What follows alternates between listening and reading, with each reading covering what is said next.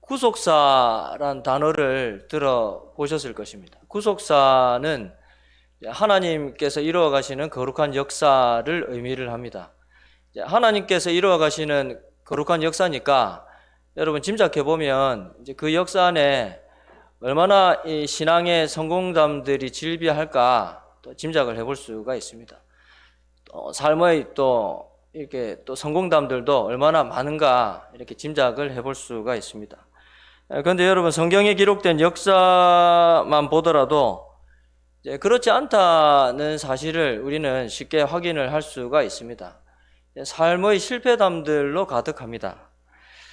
이 사사기에 등장하는 사사 삼손만 봐도 그런데요.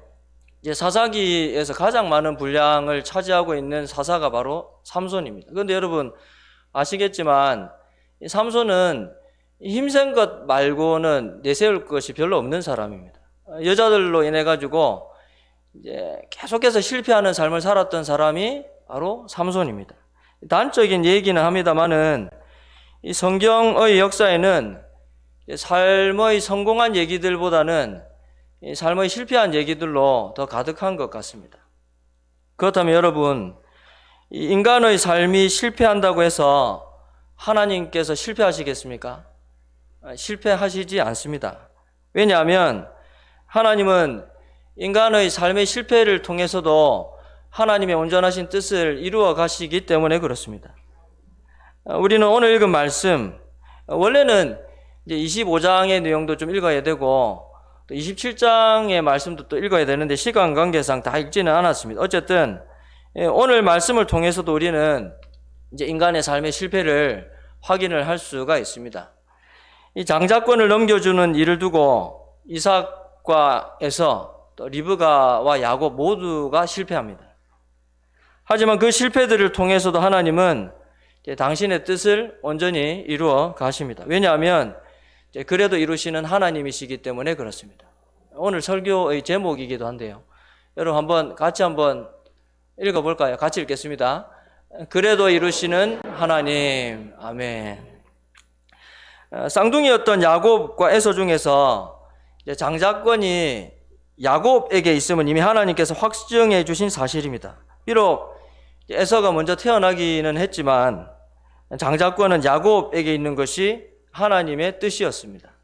창세기 25장 23절을 보시면 여러분 화면에 나올 텐데 같이 한번 읽겠습니다.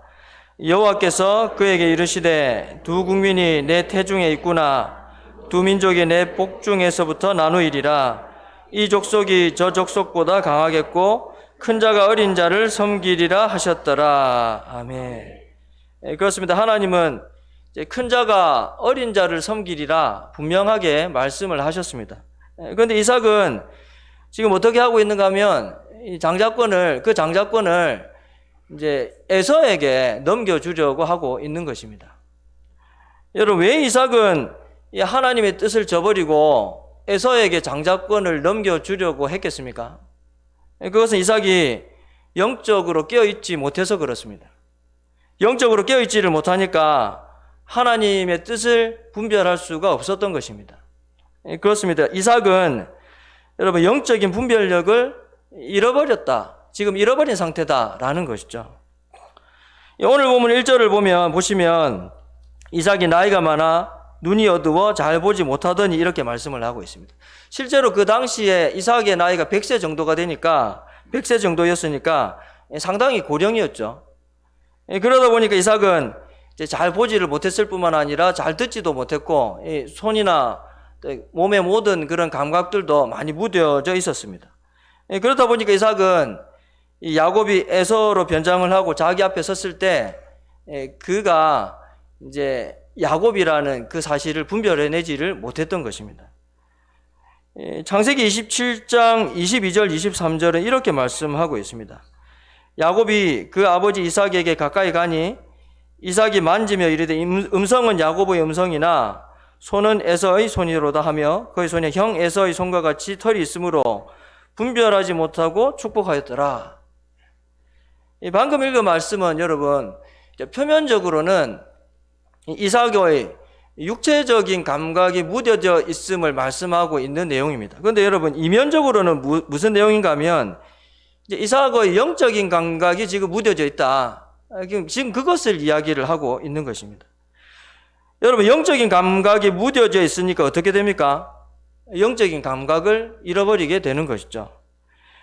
영적인 분별력을 잃어버리니까 이삭은 지금 하나님의 뜻을 분별하지를 못하고 자신의 뜻대로 에서에게 장자권을 지금 주려고 하고 있는 것입니다. 분별하지를 못하니까, 하나님의 뜻을 분별하지를 못하니까 지금 자기의 뜻대로 그 일들을 하고 있는 것이죠. 여러분, 지금 이 사건이 일어나던 당시에 이삭의 나이가 100세 정도라고 했지 않습니까? 아마 자기가 이제 얼마 있지 않으면 죽음을 맞이하게 될 것이니까 이제 장자권을 지금 넘겨주려고 하고 있는 것입니다. 그런데 여러분, 그 이삭이 몇 세에 죽는지 아십니까? 100세 때 지금 이 일을 하고 있는데, 100세 정도 이 일을 하고 있는데 몇 세에 이삭이 죽는가 하면 180세에 죽습니다.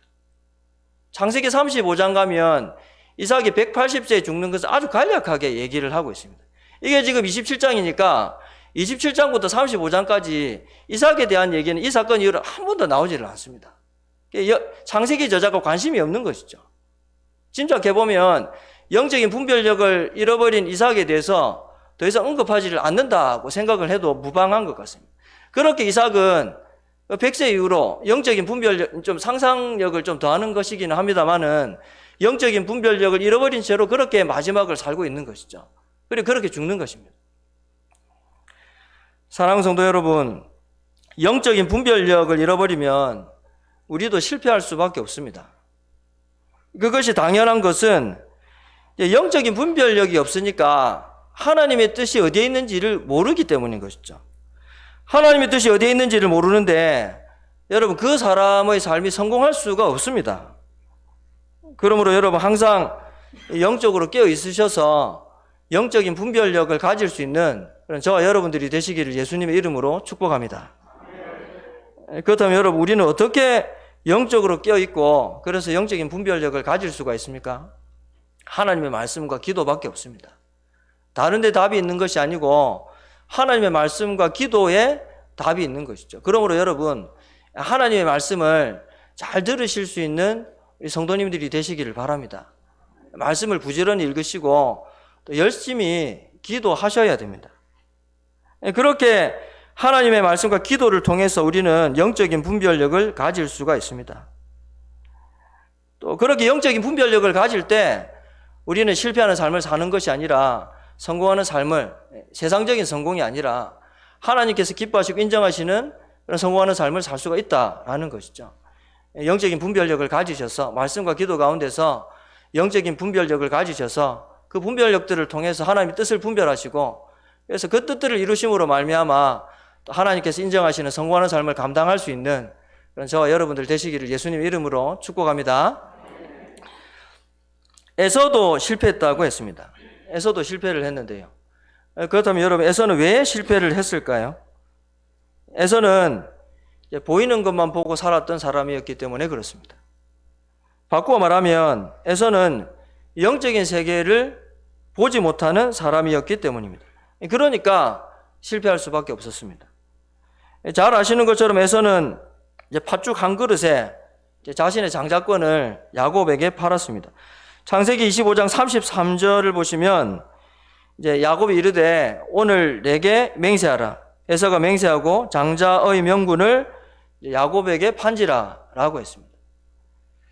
그런데 여러분, 에서가 장자권을 잃은 이유는 그가 장자권을 팔았기 때문에 그런 것이 사실은 아닙니다. 물론 이제 고대 세계에서는 장자권을 이렇게 넘겨주는 일들이 종종 있었다고는 하는데 하지만 에서의 경우는 그렇지 않다라는 것이죠. 비록 에서가 장자이기는 했지만 본래부터 에서에게는 장자권이 없었습니다. 방금 읽은 이 33절뿐만 아니라 조금 있다가 34절도 이제 보게 될 텐데 왜 에서에게 장자권이 주어지지를 않았는가? 왜 에서에게 장자권이 주어지지를 않았는가는 이 말씀들이 분명하게 우리들에게 보여주고 있습니다. 확인시켜주고 있는데요. 그렇다면 왜 에서는 장자권을 가질 수 있는 자격이 없습니까? 말씀드린 것처럼 에서는 영적인 눈이 닫혀 있는, 그래서 영적인 세계를 보지 못하는 사람이었기 때문에 그렇습니다. 그러니까 에서는 장자권을 통해서 주시는 하나님의 축복을 볼 수가 없었던 것이죠. 그러니까 그 축복에 무관심했던 것입니다. 여러분 25장 34절을 한번 보시겠습니까? 화면에 나오는데 보시면 야곱이 떡과 팥죽을 에서에게 주매 에서가 먹으며 마시고 일어나 갔으니 에서가 장자의 명분을 가볍게 여김이었더라 라고 했습니다. 에서가 장자의 명분을 가볍게 여겼다 라고 했습니다. 그럴 수밖에 없는 것은 에서에게는 영적인 세계를 볼 수 있는 눈이 없었기 때문인 것이죠. 사랑하는 성도 여러분, 우리가 보이는 것만 보아서는 실패할 수밖에 없습니다. 왜냐하면 보이는 것만이 전부가 아니기 때문입니다. 보이지 않는 것이 있습니다. 사실은 보이지 않는 것이 더 중요할 때가 많습니다. 그렇기 때문에 성도는 보이지 않는 것을 볼 수 있어야 합니다.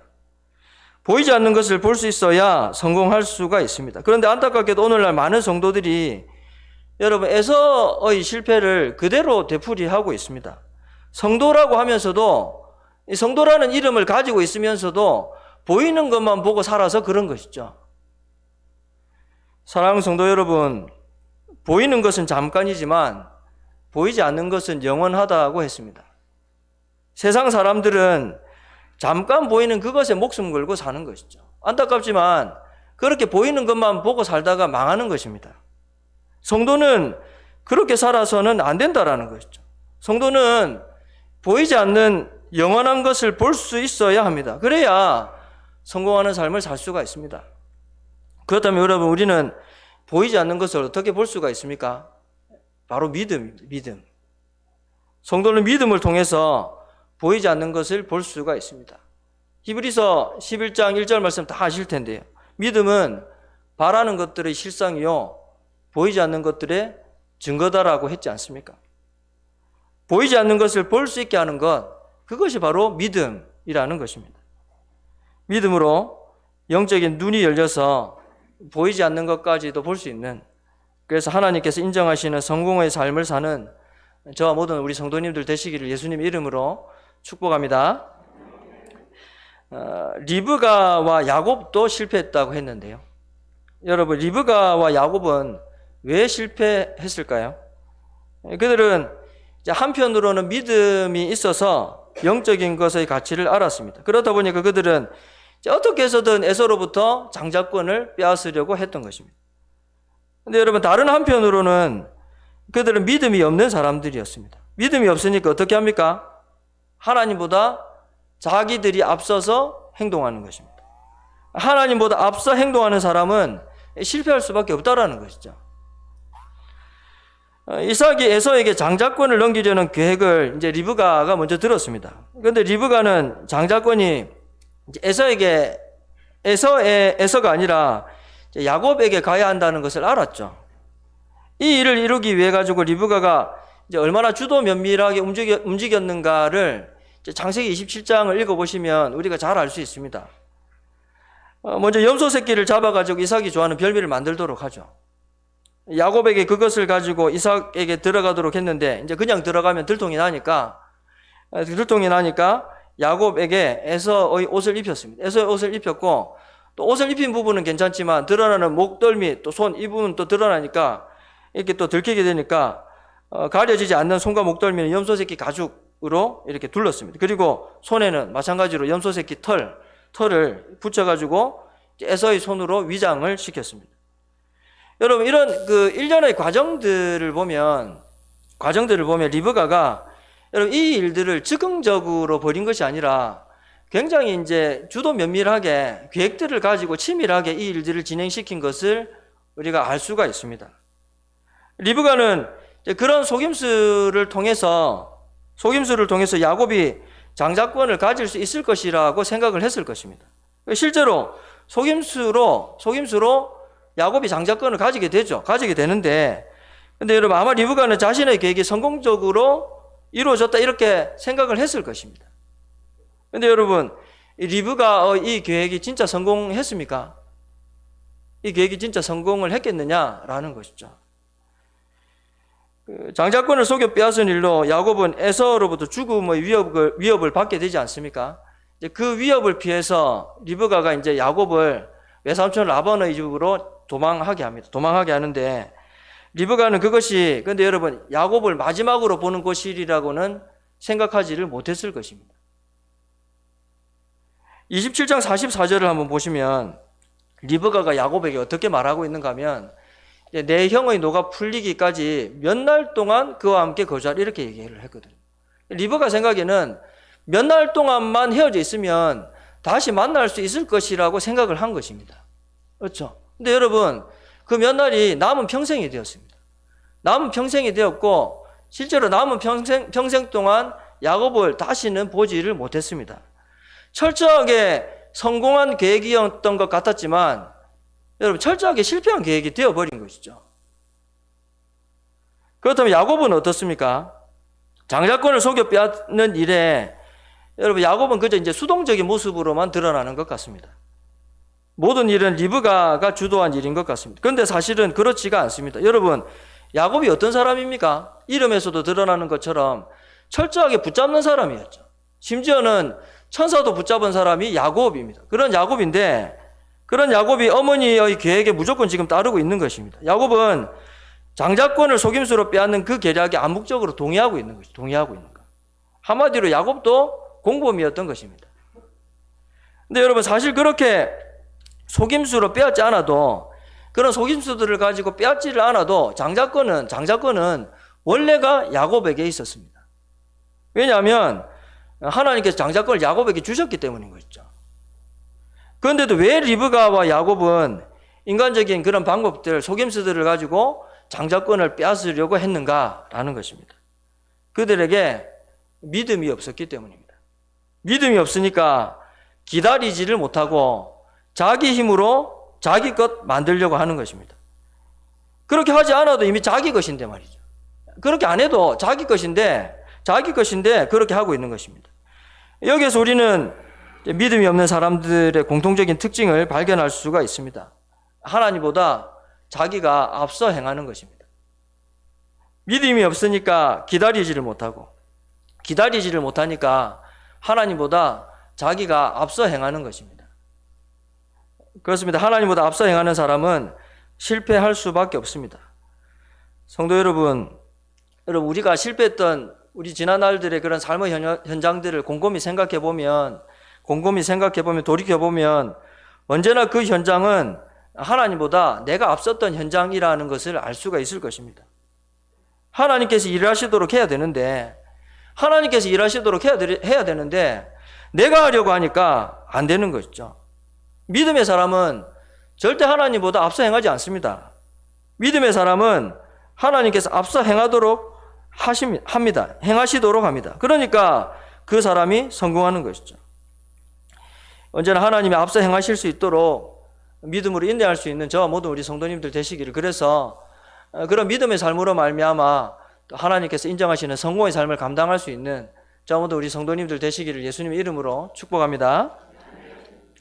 여러분 다 실패했습니다. 다.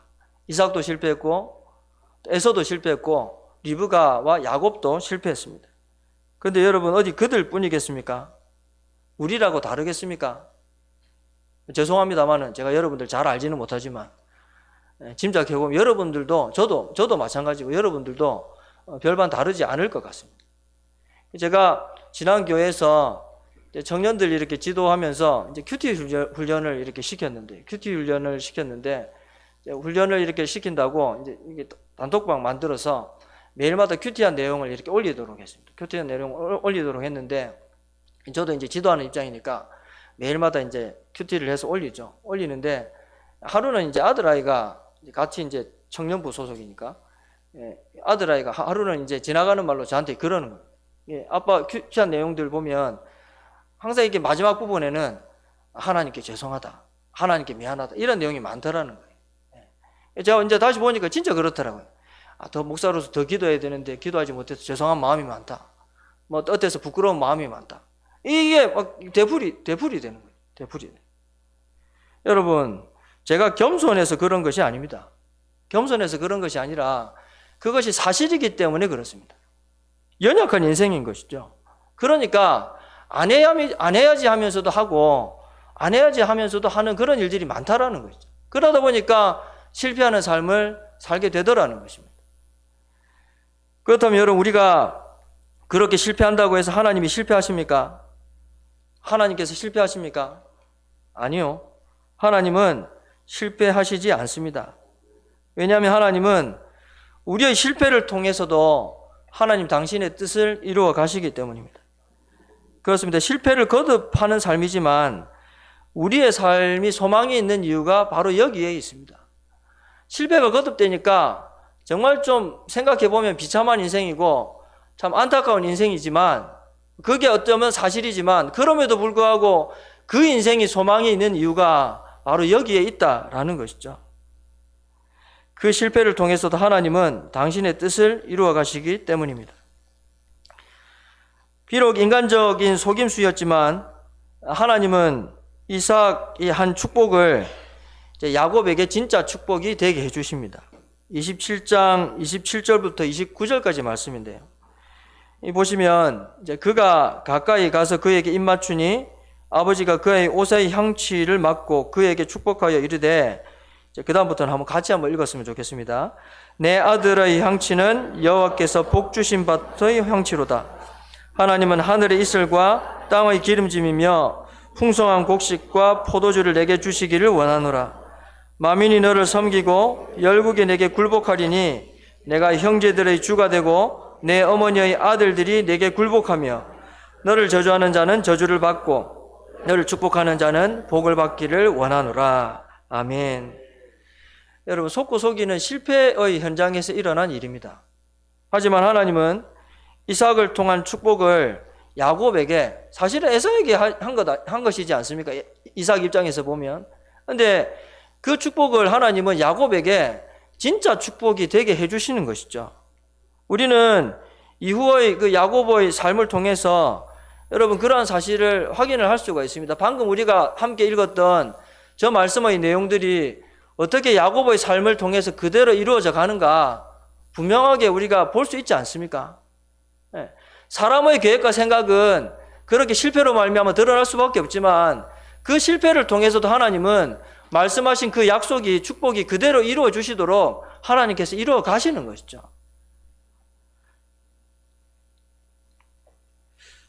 말씀을 마무리를 하겠습니다. 우리는 사사기의 마지막 결론을 통해서 사사시대를 규정하는 말씀을 읽을 수 있습니다. 사사기 21장 25절인데 이렇게 말씀합니다. 그때에 이스라엘에 왕이 없으므로 사람이 각기 자기의 소견에 옳은 대로 행하였더라. 다시 한번 읽어드릴까요? 그때 이스라엘에 왕이 없으므로 사람이 각기 자기의 소견에 옳은 대로 행하였더라. 이것이 사사시대를 규정하는 인간의 삶의 특징입니다. 여러분, 장자권을 둘러싼 이삭의 가족 안에서 일어났던 일들은 한마디로 이 사사시대의 축소판이라고 할 수 있습니다. 왜 이삭이 실패를 하고 에서가 실패를 하고 또 리브가와 야곱이 실패하는지를 확인할 수 있는 대목인 것이죠. 각기 자기의 소견에 옳은 대로 행하였기 때문입니다. 그렇습니다. 그들은 하나님께서 무엇을 원하시는지 하나님의 생각에는 관심이 없었습니다. 하나님의 생각에 관심이 없으니까 자기 생각 앞세우고 살았던 것입니다. 자기 소견에 옳은 대로 행했던 것이죠. 그러니까 실패할 수밖에 없는 것입니다. 그런데 여러분, 이런 생각을 해봤는데요. 하나님께서 자기 소견에 옳은 대로 행하는 그런 사람들 데리고 일하시려면 얼마나 힘드실까? 이해가 되시죠? 하나님께서 자기 소견에 옳은 대로 행하는 사람들 데리고 일하시려면 얼마나 힘이 드실까? 여러분, 그렇지 않습니까? 기껏 불러놓았는데 불러놓은 분 생각은 하지 않고 전부 자기 생각만 하고 자기 마음대로 하고 그러는 사람들 데리고 일을 하려고 하니까 하나님께서 얼마나 힘드시겠느냐라는. 물론 전지전능하신 하나님께 힘든 일이 어디에 있겠습니까? 많은 우리가 하나님께 좀 감정이입 좀 해서 생각을 해보자는 것이죠. 지지리도 말 안 듣는 사람들 데리고 일하시는 하나님이 불쌍하지도 않느냐라는 것입니다.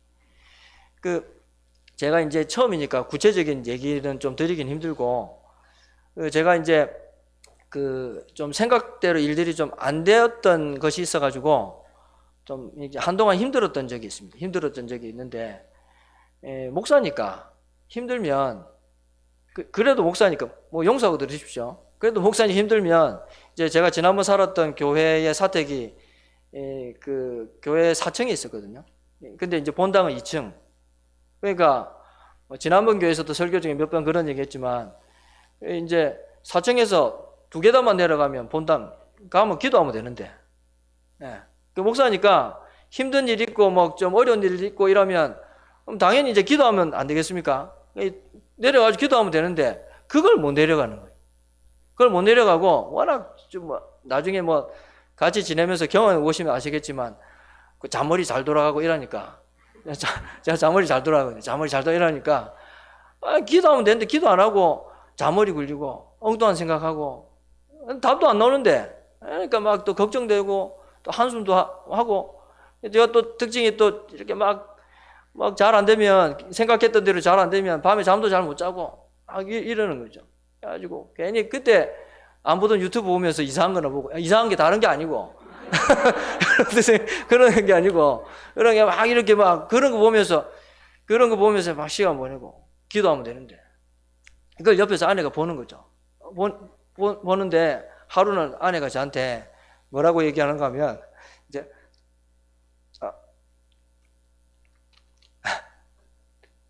제가 나이가 드니까 갱년기에 있어가지고 울고 아내가 한번 뭐라는가 하면 하나님 한번 여보 하나님 한번 믿어드려요. 하나님 한번 믿어드려요. 믿어봐요도 아니고 믿어드려요. 그러면서 뒤에 뭐라는가 하면 하나님이 불쌍하시지도 않아 이러는 거예요. 하나님이 불쌍하시지도 않아. 뭐 별 차이도 없지만 사실은 그 얘기를 하는 거예요. 생각해 보니까 그렇더라고요. 하나님 목사로 불러놨는데 목사답게 일하면 되는데, 믿음 가지고 인도하심 바라보면서 인내하면서 일하면 되는데 그냥 인간적인 생각하고 걱정하고 염려하고 이러니까 저한테 하는 얘기가 여보 하나님 한번 믿어드려요. 하나님 불쌍하지도 않아요. 하시지도 않아요. 그러는 거예요. 사랑하는 성도 여러분, 여러분은 하나님 불쌍한 하나님으로 만들고 있지는 않습니까? 저만이 아니라 여러분들은 그렇지 않습니까? 사랑하는 성도 여러분, 우리가 이제는 좀 내 생각 그만 앞세우고 하나님의 생각에 집중했으면 좋겠습니다. 내가 원하는 것이 아니라 하나님께서 원하시는 것이 무엇인지, 내가 기뻐하는 것이 아니라, 물론 뭐 그것도 중요하지만 내가 기뻐하는 것이 아니라 하나님께서 기뻐하시는 것이 무엇인지 좀 하나님의 마음을 우리가 좀 헤아렸으면 좋겠습니다. 그래서 하나님께서 우리를 통해서 일하시는데 그렇지 않겠습니까? 일하시려고 부르신 것 아니겠습니까? 그러니까 여기에 모인 거잖아요. 일하시려고 부르셨는데 좀 하나님께서 마음 좀 편하게 일하실 수 있도록, 좀 기분 좋게 일하실 수 있도록 우리가 하나님을 그렇게 좀 도와드렸으면 좋겠습니다. 물론 여러분 지금까지 말씀드렸지만 그렇게 못한다고 하더라도 결국은 이루시는 하나님이십니다. 내가 좀 못해도 결국은 이루시는 하나님이십니다. 그렇지만 그럼에도 불구하고 우리가 조금 더 좀 성도라는 이름에 걸맞게 하나님의 마음을 헤아리고 하나님의 생각을 붙들어서 좀 그 생각과 마음을 좀 가지고 하나님 기뻐하시는 뜻들을 이룬다면 얼마나 좋은 일이겠느냐라는 것이죠. 내 생각 앞세우고 살아서 실패하는 삶을 사는 것이 아니라 하나님의 마음을 헤아려서 좀 하나님께서 이루어 가시는 일에 동력할 수 있는, 그렇게 하나님의 일에 쓰임 받을 수 있는 저와 모든 우리 성도님들 되시기를 예수님의 이름으로 축복합니다. 자, 기도하겠습니다. 살아계신 하나님 아버지 감사합니다.